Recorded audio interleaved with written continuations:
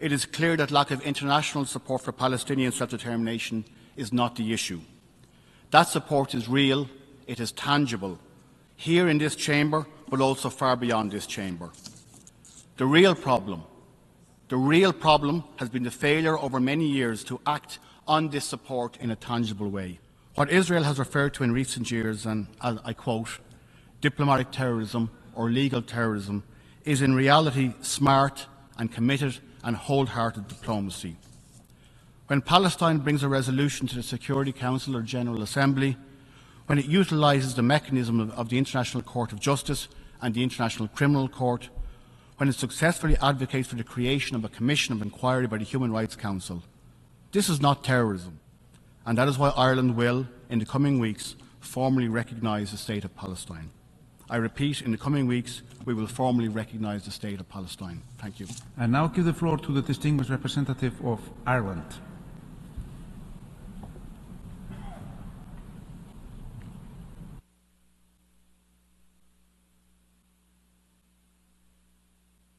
President, dear friends, I would like to thank the United Arab Emirates for tabling this historic resolution, which has been resoundingly endorsed by the members of this General Assembly and by the international community. Let me start by saying that Ireland fully supports this resolution, Ireland co-sponsored this resolution, and Ireland voted in favour of this resolution. 12 years ago, when the General Assembly accorded non-member observer state status to Palestine, an overwhelming majority of states voted in favour. That overwhelming majority of states also made clear their support for full membership of the United Nations for the State of Palestine. And that overwhelming majority of states reaffirmed the right of the Palestinian people to self-determination, which crucially includes the right to an independent state for Palestine. And now, as we return to this issue, in truly desperate circumstances for the Palestinian people, when even as we speak, the suffering and the hunger and the horror continues in Gaza, and when a negotiated settlement that allows both the Palestinian and Israeli peoples to live in peace, security and dignity seems so very, very far away, it is clear that lack of international support for Palestinian self-determination is not the issue. That support is real, it is tangible, here in this chamber, but also far beyond this chamber. The real problem has been the failure over many years to act on this support in a tangible way. The failure of the international community to insist on concrete and irreversible measures and actions to demonstrate that they take the rights and the dignity and the security of the Palestinian people as seriously as they rightly take the rights and the dignity and the security of the Israeli people. We know that the two-state solution remains the only viable option to secure a just and lasting peace that fulfills these rights for both peoples. This chamber must have heard the phrase support for the two-state solution uttered by world leaders, foreign ministers, ambassadors, hundreds of thousands of times. But today is the day that we take one small step to convert that phrase from a comforting platitude into a concrete reality, to declare clearly and unequivocally that Palestine is, as the resolution says, qualified for membership in the United Nations in accordance with Article 4 of the Charter and should therefore be admitted to membership in the United Nations. President, dear friends, we are under no illusions as to the challenge that converting this resolution into reality will entail. There is no easy pathway, no soft solution, no magic solution. In today's vote, we have seen an unambiguous expression of the will of the international community. But it will take a vote of the Security Council to give today's General Assembly vote real meaning and full effect, to enable Palestine to take its rightful place amongst the nations of the world. As a country with hundreds of years of colonial history behind us, hundreds of years of colonial experience, we know exactly how precious is that place amongst the nations. In the 101 years of our existence as an independent state, we have faced partition, civil war, poverty, mass emigration, conflict, terrorism, and deep and abiding political divisions.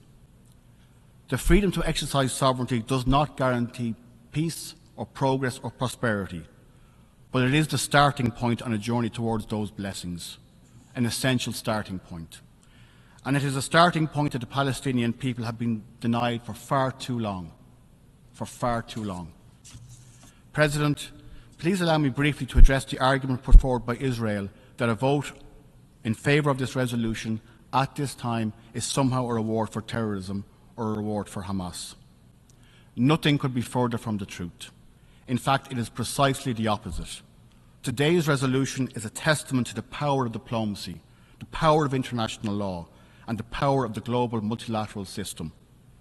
What Israel has referred to in recent years, and I quote, diplomatic terrorism or legal terrorism, is in reality smart and committed and wholehearted diplomacy.